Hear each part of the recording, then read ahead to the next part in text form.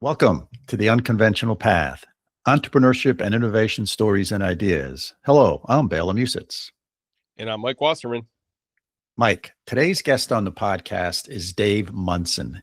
He is the founder of Saddleback Leather Company. Dave has a fascinating background, and his passion for making superior products for his customers was evident throughout our conversation. Sounds interesting, Bela. Listeners will want to keep an ear open for a non-traditional take on starting, managing, and growing a business. And some great stories about a premium handmade product that's made with love, right? And also listeners might notice where he's doing his podcast from. If you're watching on YouTube and you can see the video, and that's a good, if you're listening on one of your a podcasting app, you may want to check out the YouTube version of this. And there's a reason for that. But I digress a little bit. Let's get right to today's interview. David, welcome to the podcast. Bela, hey, thanks for having me on. Yeah, sure. Hey, so let me ask you a question. If you're at a social event, a non-work related social event, so nobody there knows you, they don't know what you do, and you get introduced to somebody, and after that introduction, they say to you, "Very nice to meet you, Dave. What do you do?" How do you answer that question? Oh yeah, so I say, oh well, I sell leather bags on the internet.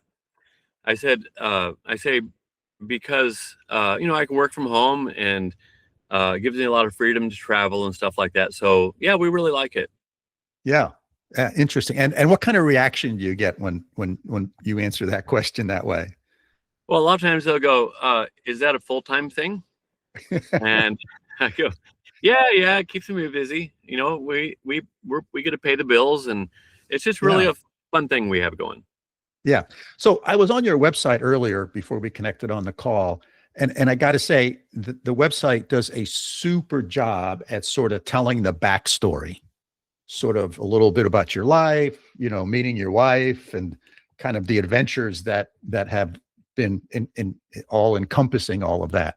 So I would highly recommend listeners go check that out, because it was just very well done and very interesting and intriguing. But tell us a little bit about the business. Kind of what's the status of the business today? Yeah, so we're up in Fort Worth, Texas. We're building our headquarters right now. I was tired of renting places, and so you never want to paint and stuff like that when you make it cool when you rent a place. Yeah. So I'm going after the coolest headquarters in the whole world. And we're out in the country, so it'll be a destination place for people to come to. And we're building 4 buildings. Wow. And each are about 5,000 square feet. And 3 of the buildings are going to be made out of solid leather bales. So about 1 million pounds of leather has been compressed into like bales of hay, but bales of leather, and we're stacking them. And we have 1 building about done, and we're working on the well house and another building here pretty soon. So, oh, wow. Yeah. So we have a factory in Mexico. We have about 150 people there making leather bags and wallets and belts and all that sort of thing. We, my wife and I, wife of 19 years, and 16 of those happily married, 3 not happily. I've got a 16-year-old son. He just took off for Africa 3 days ago. He flew out all alone he had to go to Istanbul and then to Tanzania and then to Zambia, and now he's going off. He landed, got there. So that was his big first solo trip. He's going to go with some missionaries into the bush, deep into Zimbabwe. Wow. Really remote, with chiefs and kings, and I mean the real remote stuff like fishing and hunting to eat, stuff like that. So he'll be gone about 4 weeks. My daughter's off at college. She's 18, and they've been part of the whole business the whole time. So it's been a lot of fun. So when I think about the leather goods business, handbags, wallets, you name it. Yeah. I think of it as a very crowded space and a difficult one to sort of differentiate yourself in. Unless you have an established brand name that's highly recognized, it's almost a commodity. So how do you sort of think about that, and how do you sort of address that to make your product stand out? Yeah. So a lot of that stuff is made over the ocean, and a lot of the time, a designer will have this great idea, and then he gets over there, and of course they have board members, and they have shareholders, and they have the big commodity ones, and so a lot of them have to get it down to a certain price. Yes. And so or else they can't sell it. They're trying to compete in the mid-market kind of thing, and that's a tough spot to be, because they usually start only going fashion, and because you're only going to use it for 6 months to a year, generally women's stuff. Men's, yeah, but they can't. So they can't compete with us on the quality, because they have to cheapen the materials. Usually that's the way you do it. You cheapen the materials, and to make more money, because if you don't, then the CEO, the COO of the company they're going to get fired for someone who will do that. So whenever it's a publicly traded company, the quality just starts going down and down and down, or venture capital gets in. The quality they start demanding it, or you're fired. The Yes. board will kick you out, and then it'll happen. So we no one owns anything but me. My wife and I, we own it all, the kids. And so we unapologetically have expensive things. They're expensive. They're not for everyone. Briefcases will be $700. But toughest leather you can get, the toughest lining you can get for a bag, and toughest hardware you can buy, and they're beautiful and professional, and so really good looking bag. So if we're not owned by anyone, and if we don't make a profit at the end of the year, or make very little, we don't get fired. We just Right. try again next year. So that's and we make things. I make things that are beautiful. So that's we don't have to compete with those guys. And so what I always say is, make things that you want for yourself.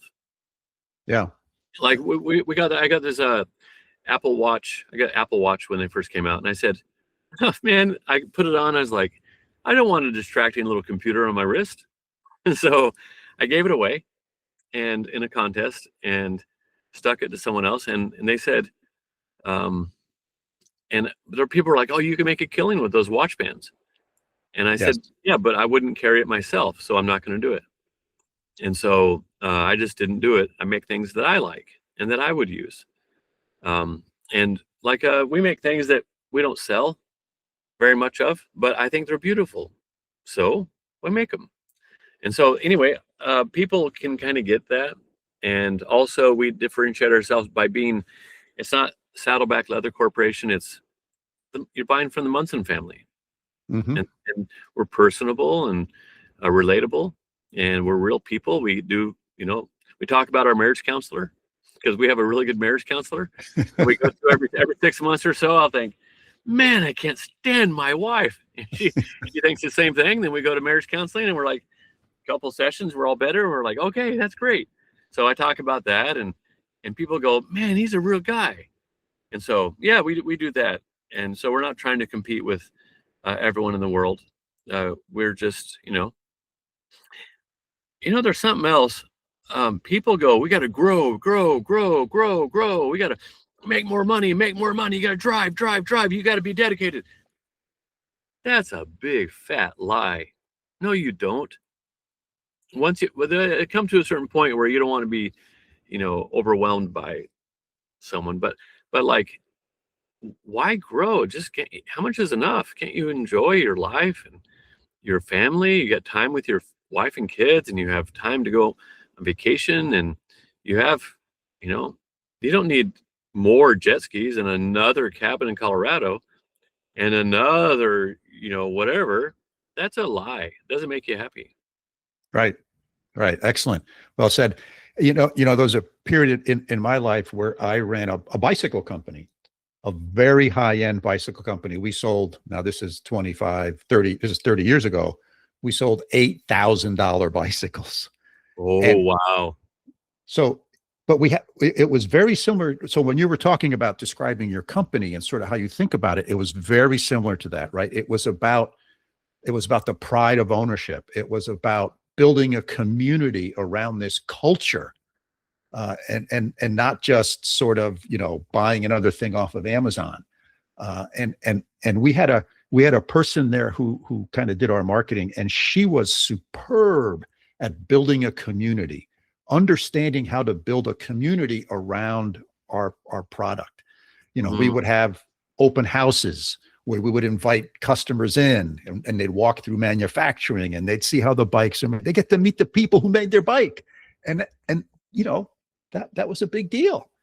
And so as you were saying that, it reminded me of that adventure I had in my career. Was this your first entrepreneurial sort of business and startup, or have you done others? Yeah, no. I had a t-shirt company for about 3 months. I was a youth pastor. Okay. So I didn't take any business classes, and I wanted to work with at-risk youth, and I just loved it. And so I figured that this was a way that I could do that. And if I sold some of these bags on the side, then I could continue doing that, and I wouldn't have to have a job. I could just volunteer at places. And but then I got married, and we needed diapers, and we needed formula, and all that sort of all the good, and Yes. And I needed health insurance and all that sort of thing. So it turned into a full-time business, but that wasn't my intention. Yeah. And what sort of, drove you towards leather goods? Man, what drives every man towards leather goods is that smell. That is awesome. Yeah. It's a great smell. So this is interesting. Naturalness. Like I grew up in Oregon, so always hiking, always outdoors. And when you look at wood, you say that's beautiful because it's something about it is perfect because it's natural.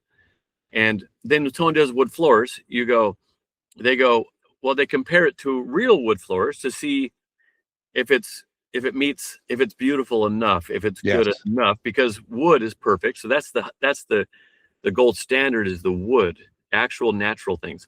And so leather is the same way.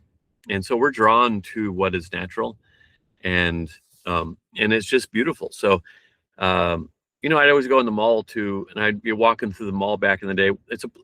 For you guys who are younger, a mall is a place where they used to have a bunch of stores. And you would go into one big building, and you'd go to different store after store. So I would walk through, and I'd smell leather. All of a sudden I go, Wilson's Leather is really close. So I'd go looking for it, and I'd go smell it. Oh, it smells so good in here. But I was teaching English down in Mexico in 1999, and I needed a leather bag to carry my books. So I thought, what would Indiana Jones carry? And I was thinking I had this bag in my head, and I went looking around all the leather markets. It's in a city named Morelia, Michoacan, down, and it's about 2 hours from where we have our factory now. So I was like, what would Indiana Jones carry? Looking around for that bag, couldn't find it anywhere. But then I found a guy making bags. And I said, hey, if I sketched this bag out, could you make it for me? So he did. And I got it back. And everywhere I went, people were tapping me on the shoulder. Hey, excuse me, sir, where could I buy a bag like that? Where'd you find that bag? How could I get one of those?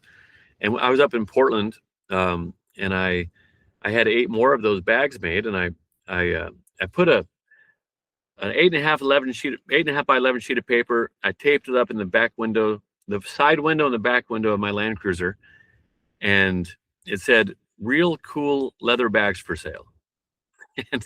And then I laid the tailgate down. My dog was laying there on the Mexican blanket. I had an old Land Cruiser, and I just stood there with my leather bags up in Portland when I got back from Mexico. And man, I sold them all in about 3 hours or so. And I thought, oh my goodness, I've got something going here. So so I moved back down to Mexico.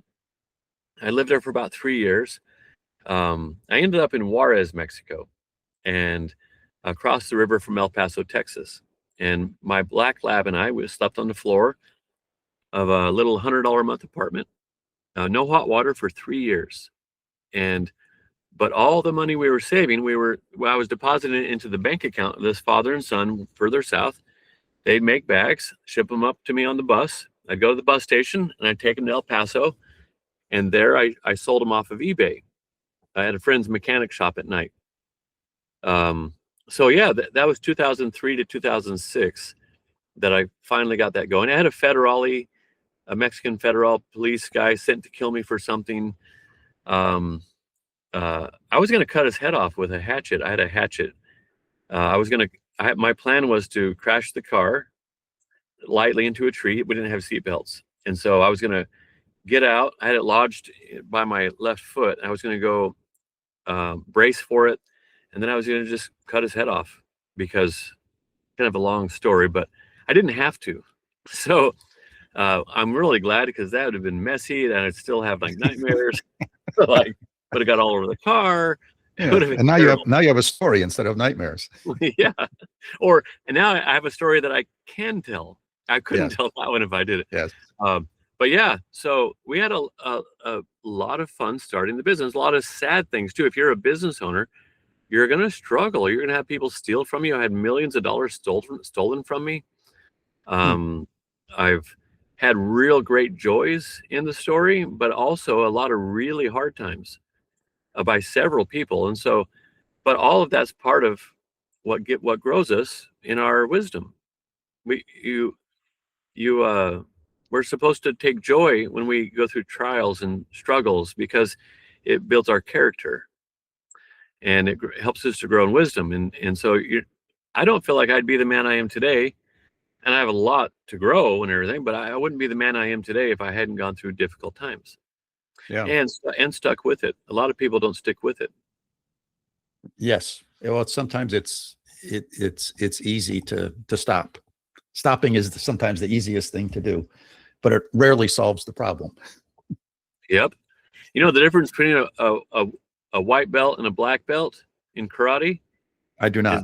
The black belt kept going. There you go. Well said. That's it. The black belt kept going. Yeah. So one of the things I'm interested in is what people who have these kind of boutique products, high end, very sort of exclusive. How do you manage your supply side, your raw materials side? Yeah. So we own our own factory because so we can shift pretty quickly. We can bend and change our flow and everything pretty quickly. And so so we own the factory. The leather, we usually keep a 2-month supply at the tannery. Before we buy it, we just have them manufacture it and keep it there. We've already inspected it. It sits at their factory, and then when we need it, we bring it into our factory. Hardware, we have a specialty hardware that is made up in Massachusetts and in Taiwan. It's a specialty stainless, like they use for ships and fancy watches and stuff like that. So it's really hard. Not many places can make it. So we have to get 6 months of that. That's pretty expensive it's really expensive hardware. But other than that, we just keep a couple of months of supply, and it's cheaper. So when it comes to, this is interesting. When it comes to inventory, there are 3 types of inventory. There is raw materials, really cheap, and then there's work in progress or process. And that's just what's on the tables and kind of almost in the boxes and stuff like that. And then there's finished goods. And the raw materials are super cheap to keep in stock. But finished goods, you've already paid for all the labor, you've paid for all the shipping, you've paid for all the warehousing, you've paid for the insurance. It's expensive to sit around. Right. And so for raw materials, we never want to be out of stock and stuff. Never want to be out of stock and stuff. And so you just lose sales when you're out of stock. Some people will come back and buy later, but generally people are buying on emotion and you lose sales. And so we want to make sure that we have plenty of finished goods, and we can't have the finished goods if we don't have the raw materials. And that's always our problem for if we're out of stock in something, is we didn't have the raw materials. So that's what keeps us. Yeah. That's an excellent point about finished goods versus raw materials, and not just the value in the product at that point, but also when you're out of stock, you're out of stock. Yeah, and the tannery says, or we're using a leather from Italy right now, Okay. and it's shockingly amazing leather. I mean, it is. I had no idea. The leather we use right now, normally it's American hides and stuff. They're great. It's great leather. But it's great leather. I mean, it's really like, wow. I had him explain to me what's so special about your leather, the European cows and stuff like Yes. that. It's pretty amazing. So, so we're using both American and European cows. Yeah. And how do you sort of maintain the incoming quality control on a raw product like leather that's variable? Yeah, you have to go to a high quality tannery, so that has a good history. There are a lot of tanneries go, hey, we can give you a better price. Come on, use us. But you go, it's kind of like this. People go, Dave, your bags are really expensive, and I see other people's bags that look just like yours, but they're like half the price, or less. And I say, well, and so they're like, why are yours so expensive? I say, no, wrong question. Why are theirs so cheap? Because my raw materials, there's a stack of them before I assemble the bag, costs more than their final price. And so you're wondering if your bag goes from brown to tan in a matter of like a year, or red to pink, or it goes black to like ash gray. Right. And you wonder why it smells like fish, and you're wondering, when it got wet, and why is it wrinkling and cracking and all that sort of thing. And so you can't trust. So we found some trusted suppliers and who have great reputations, and we stick with them. And the leather is much more expensive than other places, but our bags, we have a 100-year warranty. So what do you do? Yeah. Leather is one of these interesting materials that, at least from my perspective, it gets better looking as it wears and ages. It does. Right. I mean, which is just the opposite of most other things, right? To me, a nice pair of leather shoes look the crappiest the first day you wear them. And after you've had them for a year or two, that's when they start looking good. Yeah, no kidding. So actually, we have some leather that we're using for Italy for our boots. We've gone into orthopedic boots. So if knee problems and hip, back problems, stuff like that, these fix them, a lot of them. And so we are, but in order to get the beautiful, like aged saddle look, you have to start with a really pale, natural leather. And that's tanned with chestnut, which has a more of an orangish, reddish color to it, as opposed to what's that other one? There's some other tannins that they use, that they'll mimosa tannins, and that has more of a mustard, kind of a yellowish tone to it.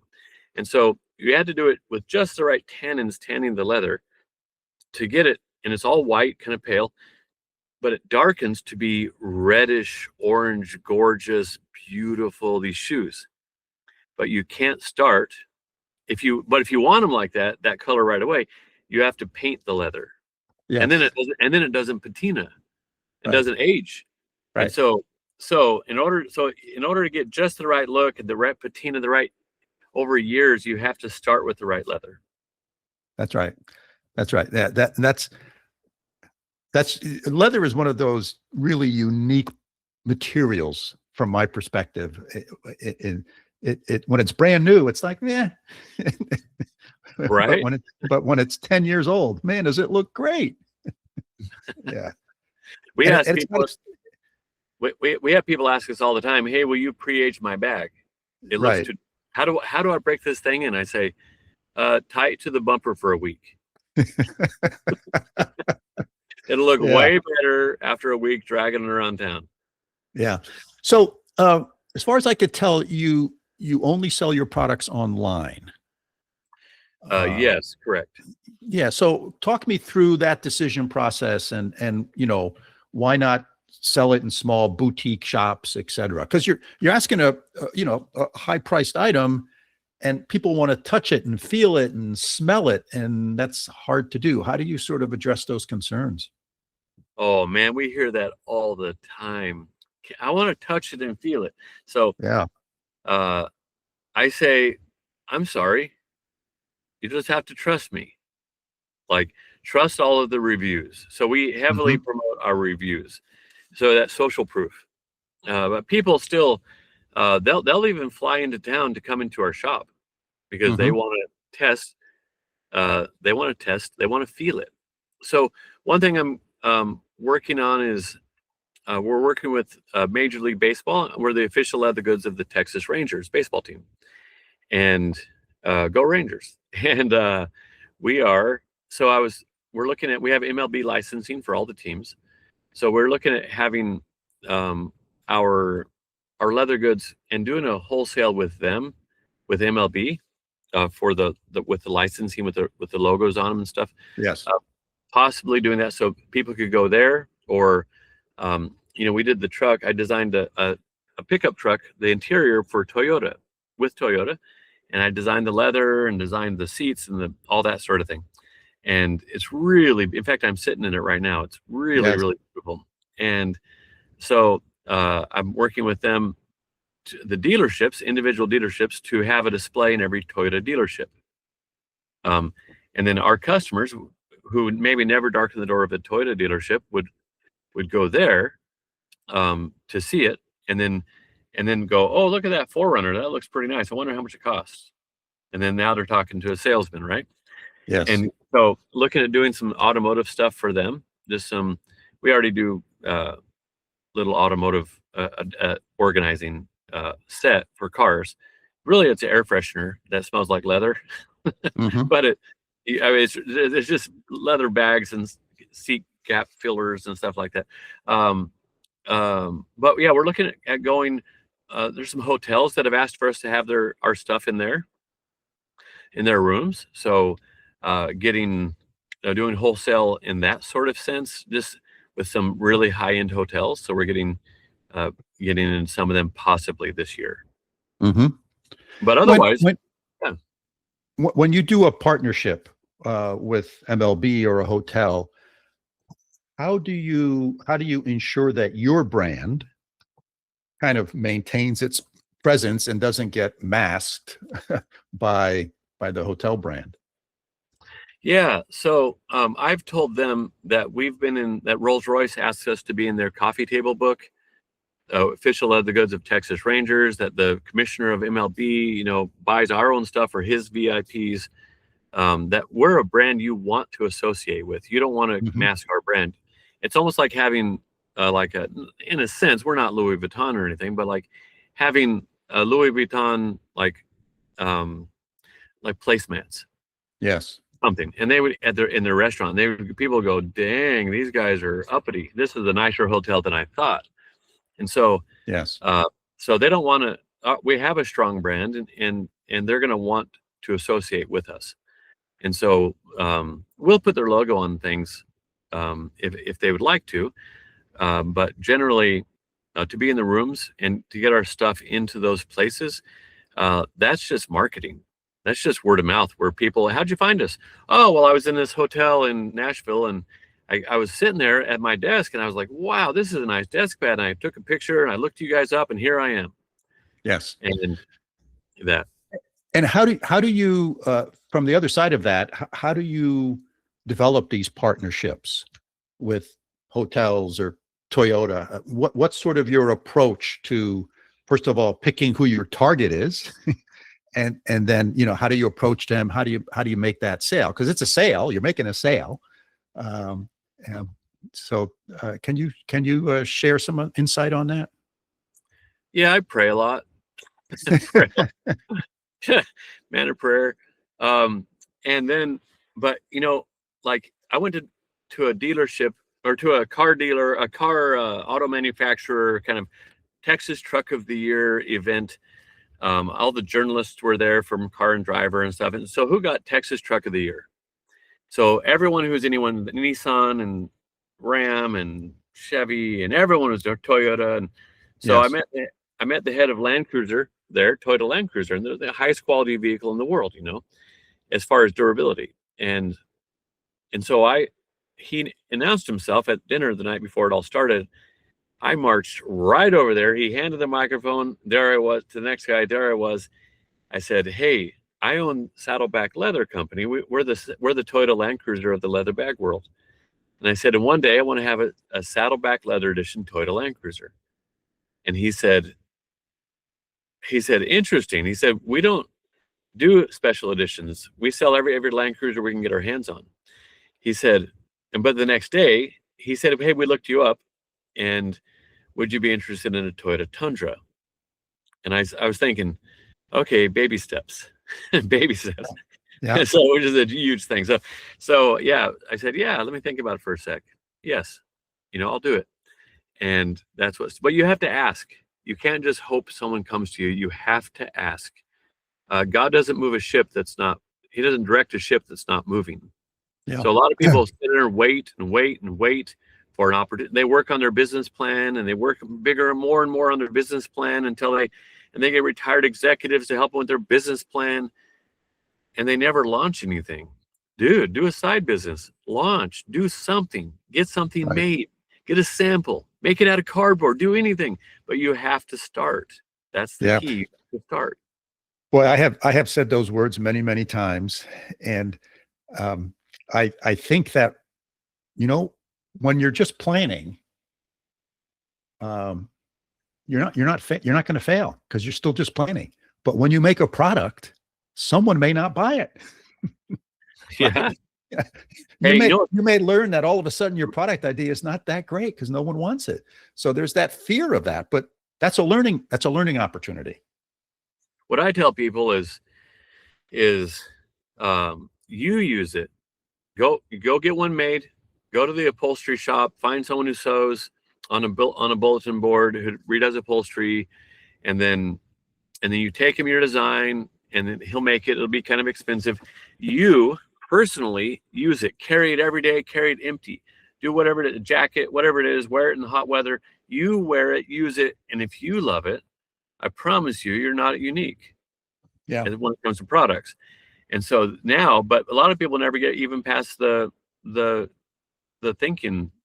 So the difference, the way you get good at business is by doing business. It's the same way as you get good at playing guitar. It's by playing guitar, public speaking, writing, everything. The way you get good at that is by doing it. And so the way you get good at business is by getting something made, and then use it, and don't go, "Oh, this is good enough." But like, yeah, this will work, I guess. But make it for you. If you were going to live on another planet and you're going to take your thing with you, what would you want to take with you? And then you make that. Excellent. Yeah. So that brings me up to another question. So when I looked at your website, you have a lot of different products, from, bags to shoes to all sorts of things. Where do you get your product ideas? How do they percolate up? I'll look at, so I'll go to Army Surplus. I'll go to, whenever I go to places, like in London, I walked all of the stores of consequence in London 2 or 3 times, all of them, every single one on Bond Street, all the places.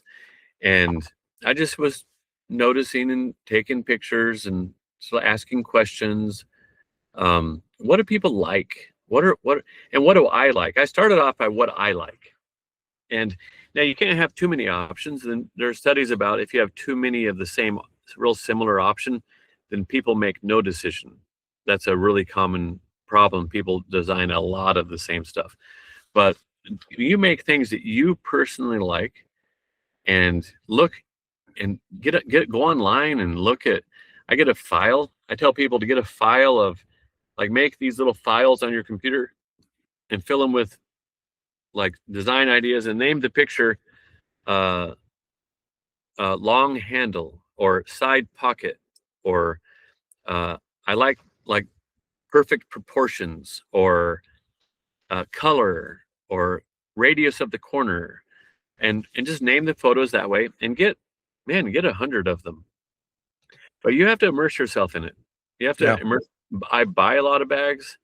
When I see a bag, I'm doing a carry-on for pilots, and so I've been asking pilots, hey, what kind of that Travel Pro, Travel Works, Briggs and Riley, and there's pretty neat stuff. There are those 4 brands, and so I bought them all, and I'm going to be using them. What do I like and not like? I'm not going to copy them, but I'm going to see what I like about them, what I don't like about them, and then I'm going to try to make the best one that has ever been made on Earth.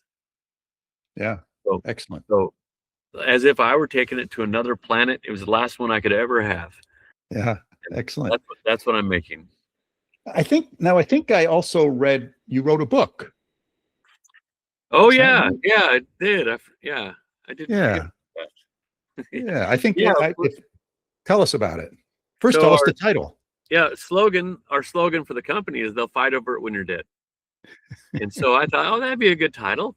So it's called "They'll Fight Over It When You're Dead." We just got Audiobook of the Year for 2025 in the memoir category, and so Wow. that was a real honor. Yeah, sure. I just told it like you and I were sitting here and driving down the road, and I'm telling you stories. And in there, I put marketing ideas, how to brand yourself. How do you come up with a good brand? And I was like really simple and easy ways. I don't like theoretical stuff that you can't really use today. So I put it in really plain language, like I was explaining it to a 10-year-old. And then also vision. Oh my gosh. If you haven't written down your vision for your company, that's one of the reasons that you probably haven't even started it yet, because you haven't written down the vision. Yeah. And if you're squandering, rolling around, floundering, and you don't know what to do in your business is just not happening, it's because your vision.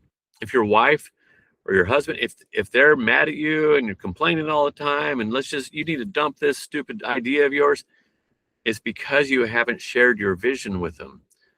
And so I put that in there, and how to come up with a really simple vision that will get everyone off your back and it'll propel you forward and help you make really easy decisions. It's a huge thing. The vision is so important. So I have to ask you, what's the vision for Saddleback Leather? So we make high quality leather bags. And so here, let me tell you about what a vision is. So if someone, this is a really easy way to look at it. If you're in an elevator pitch and someone said, hey, I want to buy your company for $1 billion. What is it? Tell me about, I'm getting off on the 10th floor. You got 15 seconds. Tell me what your business does. And so if you are looking into your future, if you got into a time machine and you said, oh, look, I'm looking at myself in 10 years or in 5 years, or let's say if practical, it'll be 5 years out. And you say, oh, I see myself there. What am I doing? And you look over your shoulder and you're working on this or that. Oh, what's my bank account look like? Hey, what's my marketing? What are they doing in there? And hey, what's my product, look like? My product lineup or my services or whatever it is. And you look at your company and you go, oh, that's really cool. If everything went the way you hoped it would be going in 3 years, 5 years, 10 years, what would it look like if everything went really well? And now the vision can just be guesses. Okay. You can just guess on stuff. I don't know. We're selling $10 million worth of stuff, and it has to be kind of realistic, but,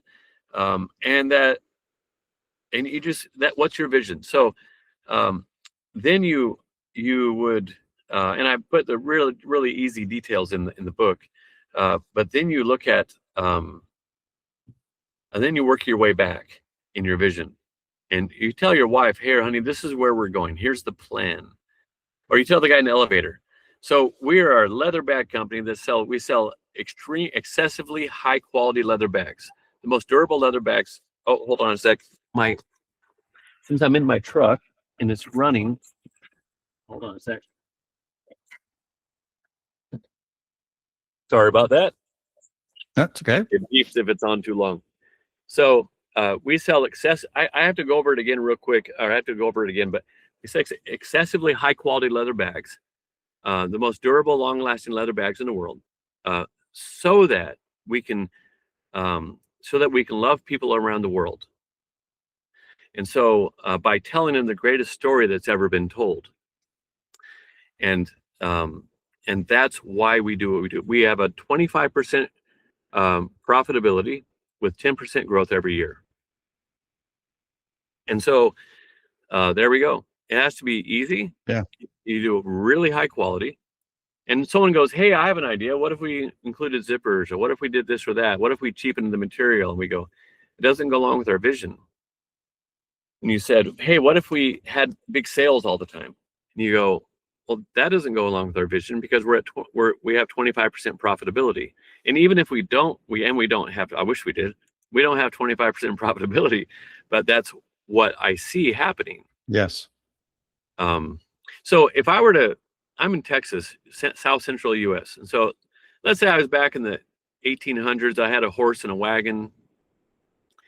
And I said, man, I can see it, honey, to my wife. One day we're going to be living in Seattle, Washington. And we're going to live right there on the water. And I'm going to build a log cabin with my hands, and my son and I, and we're going to fish for a living. I love to fish, and we're going to supply the hotels and the logging camps with fish. And we are going to do this. And can you see it? Can you see it? And that's my vision. And that's where pure joy is, you know. Well, if someone said, hey, Dave, we got a job for you in east of here in Missouri. And someone else said, Dave, we got a job for you in Denver. Well, it'd be really easy to choose Denver because it's closer to my goal. And I'm going to take a couple months to get there. Right. But if they said, no, you don't understand, the Missouri job, it pays like 3 times as much as the Denver job. And I go, yeah, no, but that's easy. I'm going to Denver. And then someone goes, Dave, we got a year later, we got a job for you in this place called Detroit. Man, you'll make more money than you ever imagined. You'll be a top dog, all this stuff. And someone else says, we got a job for you up in Boise, Idaho. Well, that's an easy decision. You know, it's not very well known in Boise. It gets cold in the winter, but they'd like to have you there. Well, that's easy. It's an easy decision. And so for your wife to support you and have a job for the next year or two while you're working full-time trying to get this thing going, that's an easy sell. Because or to move into a small home or move in with the in-laws, because that's an easy sell if they see the vision and they see the vision. Right. So right. and then you naturally make decisions that that you normally wouldn't have made, but you know what the vision is, and it just sort of makes you move that way. Yeah. I think you hit the nail right on the head. One of the great values of a vision is it helps you make decisions, and it helps you say no, which is important in business. It's important in life to be able to say no. Right. Yeah. So also in the story, I tell about living in Juarez with my dog and all the different things that had happened over the years, and heading to Rwanda. We live in a tent. We live in tents here in Texas. We have for about 10 years now. And safari tents, big, beautiful safari tents, about 2,000 square feet of safari tents. And they're off the ground and they're gorgeous. They've been on national TV and stuff. And how that all started, and how these different things, and how people stole millions from me, which is amazing that I had millions to lose. Like, that's awesome. Like, man, how many people get a chance to lose them? Even lose $100,000, it'd be awesome. So there's that, and then what to think about it. And when I told you about the greatest story ever told, I studied theology and I studied ancient Greek in college, and that's my big motivation, because when I found out how much God loved me, that made a huge difference in my life. I mean, like a giant one. And not everyone's, if someone's like, oh, I don't believe in God or anything, that's fine, but I tell you, I have such fulfillment in my life because of that like for me to hide it from someone would be like, if I had a cure for cancer, what I thought was a cure for cancer, make you feel better because it made me feel better. You want to try some? But if I hid that from a friend, then that would be unloving if it could possibly help them. And so we usually tell the Christmas story, the Easter story. God loved us so much, he sent his son, as this gift. Now we give gifts to represent the greatest gift we were given. And then Jesus died for our sins, and he was buried and rose again. And that's Easter. That's just the government 2 federal holidays that we celebrate. And we keep it at about that, but we don't shy away from it. And I tell people too, I hate that cause marketing. Here, buy from me because I'm a Christian or something. Yes. Those guys suck. Those guys are lame when they do that. I say buy from us because we're quality. But I tell entrepreneurs, don't try to be vanilla ice. I mean, be who you are, and don't be afraid to take a stand for something. Don't take dumb stands on politics because they're pretty much all corrupt anyway. Don't take dumb stands on, guns and immigration. Don't take dumb stands on stuff, but stuff that you truly deeply believe in and not political. Like, let people know who you are. Yeah. And hopefully the tolerant people will find you and they'll buy from you. Right. But the intolerant people will just, cuss at their screen and punch it and kick the cat across the room and never buy from you. But that's okay. Super. Hey, we've been chatting for close to an hour now, so I want to start wrapping this up. Is there anything that I haven't asked you or we haven't talked about that you'd like to share with our listeners? Yeah. You have another hour? So here's one. So you know who Zig Ziglar was? I do not. So Zig Ziglar in the 80s and 90s, he wrote about 33 books on success. And he would charge $50,000 an hour to speak at stadiums. He was the main guy. And he wrote, he was on national polls and surveys. He was often the most successful man in America. And so you still buy his books, See You at the Top and different books. And so I got to have lunch with him, and he was 82. It was about 2 years before he died. And I was sitting right across the table from him. So I said, there were 6 of us there. And I said, hey, Mr. Ziglar, I said, if all of your books, all your media, all your tapes and cassettes and DVDs and everything disappeared, what would you write about? And what would you give us to for one book? And he said, that's simple. He said, court your spouse because success starts at home. He said, encourage everyone. By the way, these are all other people focused. They're not about, look at how great I am. Mm-hmm. They're all about you, other people. He said, court your spouse, help everyone or encourage everyone. And he said, and then try to help everyone around you to be as successful as they can be. He said, if you can do those, it's just odd how it happens that you'll have everything you ever dreamed or wanted. Dreamed of or wanted or dreamed of. And not that you do those things for that, but if you're that kind of a person, if you're other people focused, mm-hmm. And so I was thinking about that. Every once in a while I think about it, I'll go, oh, I forgot. So I'll go, hey, honey, to serve my wife. I'll go, hey, honey, can I rub your feet tonight? Without asking for anything in return. And yeah. She's like, really? And she's purring, And I'll, hey, son, could I get you some more milk? Hey, my daughter, would you like the last piece here? Hey, the dog tears up the trash. Oh man, instead of acting like I didn't see it when I came in at night, like go out, everyone acted like they didn't see it. And then in the morning, someone goes, who picked up all the trash? Well, it's serving my family and mm-hmm. serving people. So if you're the kind of person who serves, and I'm not really good at it, but I try to be, I try to remember to be, but I'm not all that great at it. But if you're the kind of person who serves others, who thinks of other people ahead of yourself, what would my family want? What would my coworkers want? What would they want instead of me? I want them to be lifted up and encouraged ahead of me. I want them to be successful, even if it means they have to quit to start their own business because they really dreaming of that. And I have to go find someone else because they're great. I want that for them. I'm not going to try and keep them because I want them to be successful. I want them to be encouraged. I encourage people. So anyway, I'm trying to be that kind of a person. And so I would say in your business, try to serve first, start with in your own personal life, serve those people around you. And them first, you last. Dave, that was a great way to wrap up the podcast. That was perfect. Absolutely. Thank you so much for being on the podcast. I really enjoyed our conversation, and I learned a lot, and it was a pleasure getting to know you. Bela, thanks for having me on. It was really, you have a great spirit about you, by the way. I don't know if people are just listening to this or not, but you have a good. You don't just have a good voice for podcasts. You have a good presence about you.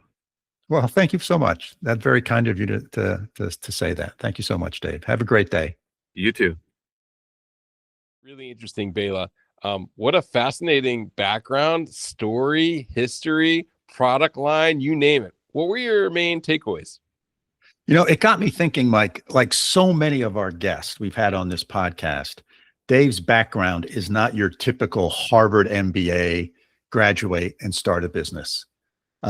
There's a lot more about Dave's background, including some very interesting adventures. If you go to the Saddleback Leather website, he does a really good job in sort of talking about his background. And it's, for our listeners, it's well worth it because there's a lot more stuff there than what that was in the interview. So check it out. So to me, a couple of key takeaways about the business side of this is the best advertising is word of mouth. I mean, we've heard that over and over again, and particularly with today's ability of social media to either say wonderful, positive things about your business or to say maybe some not so positive things about your business.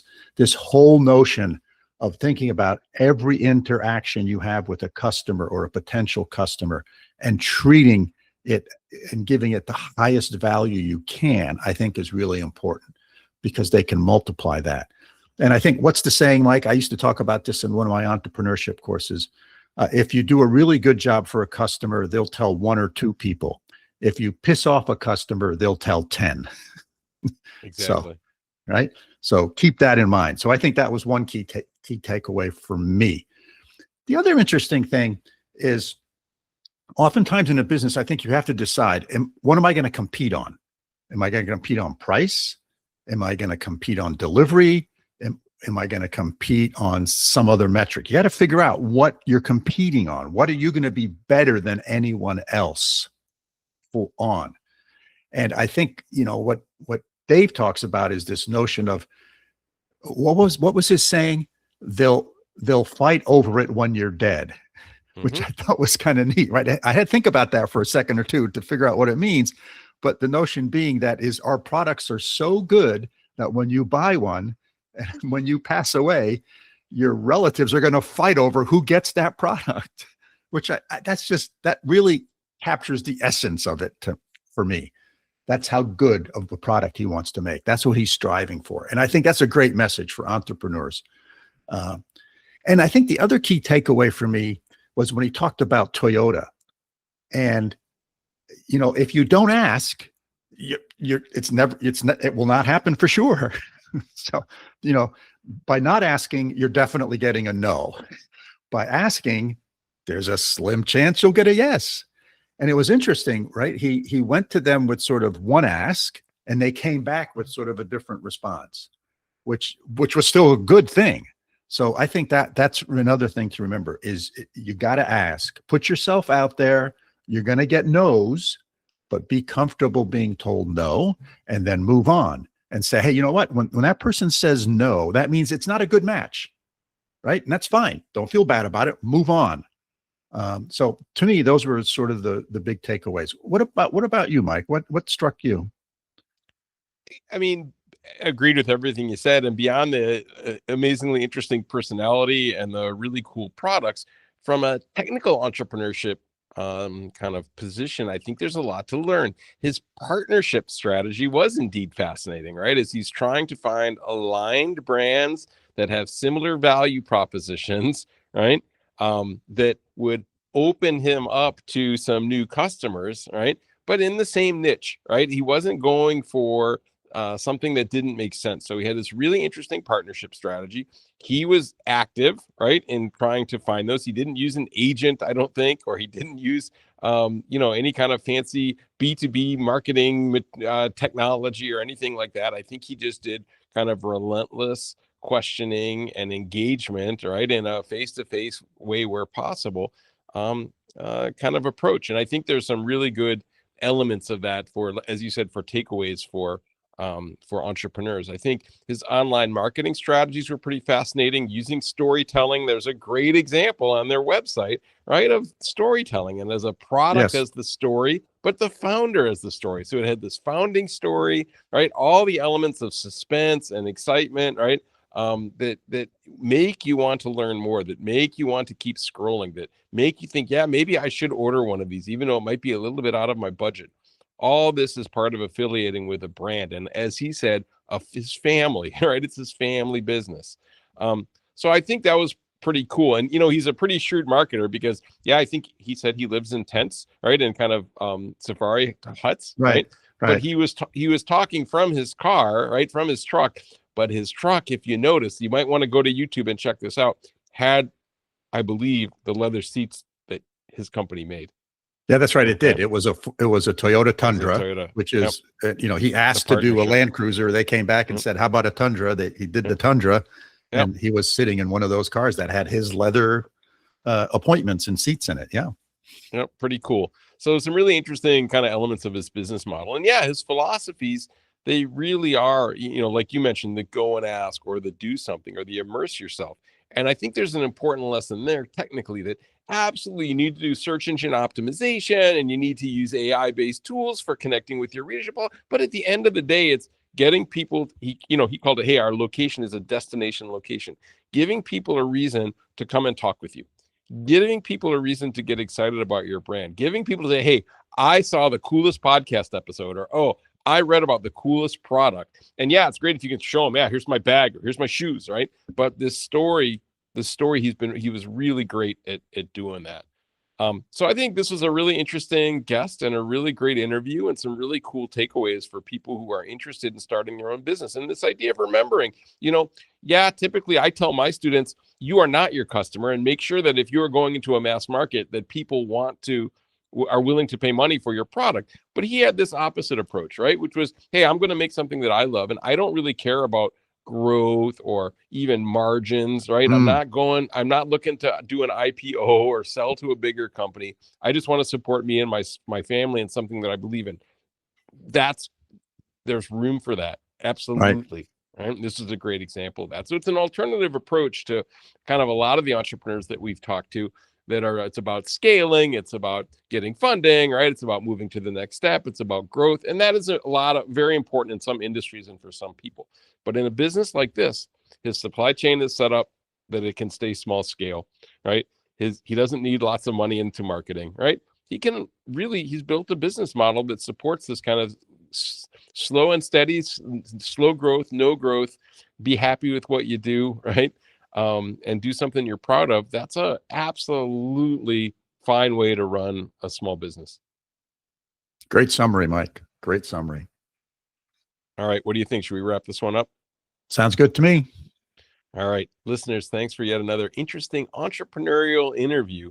And Bela, great job asking the questions and talking with Dave, because again, that was not our typical interview. So I hope everybody enjoyed it and found it interesting. Always, if you want to get in touch with us, feel free to send us an email. Our email is bela.and.mike@gmail.com. And finally, if you enjoy the podcast, please hit that like button on your podcasting app. You can now also find the podcast on YouTube. And if you know of someone that would make a good guest for the show, please let us know. We'll reach out to them and see if we can get them on. So that's it for today's episode. So until next time, signing off from upstate New York. See you all soon. Thanks, Bela. And from over here in Münster, Germany, we'll see everybody next time.